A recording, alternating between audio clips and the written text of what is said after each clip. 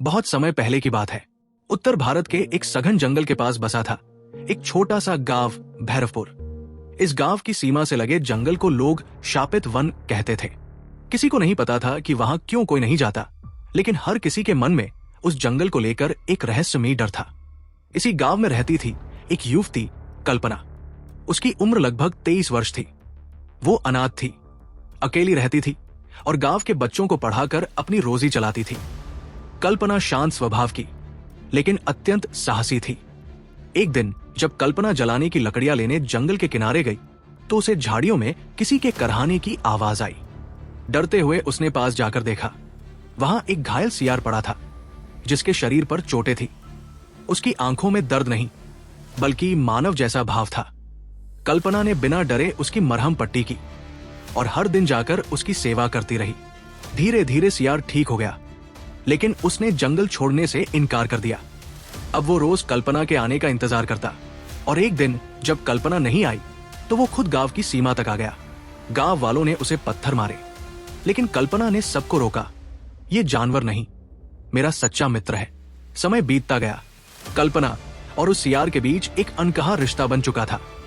जब भी कल्पना दुखी होती, सियार उसके पास बैठकर उसकी आंखों में देखता और उसके आंसू पोंछ देता। कभी कभी वो उसे जंगल की गहराई में ले जाकर ऐसे फूल लाकर देता जो शायद किसी ने कभी देखे नहीं थे। एक रात कल्पना को सपना आया। एक देवी ने कहा, तू जिस प्राणी को मित्र समझती है वो इस धरती पर एक रक्षक बनकर आया है, लेकिन उसकी शक्ति तभी लौटेगी जब कोई उसका साथ निस्वार्थ प्रेम से दे। कल्पना की आंख खुली और तभी उसे अपनी देह में एक परिवर्तन महसूस होने लगा। कुछ ही दिनों में वो समझ गई वो गर्भवती है। गांव वाले शोर मचाने लगे। पंचायत बैठी। कल्पना से पूछा गया, बिना पति के पेट में बच्चा कैसे? कल्पना ने सच सच कहा, मैं नहीं जानती कैसे, लेकिन ये संतान मुझे देवी का आशीर्वाद लगती है। और जिस सियार को तुम जानवर कहते हो वो कोई साधारण प्राणी नहीं है। गांव वाले उसे घर से निकाल देते हैं। कल्पना एक टूटी झोपड़ी में रहने लगती है।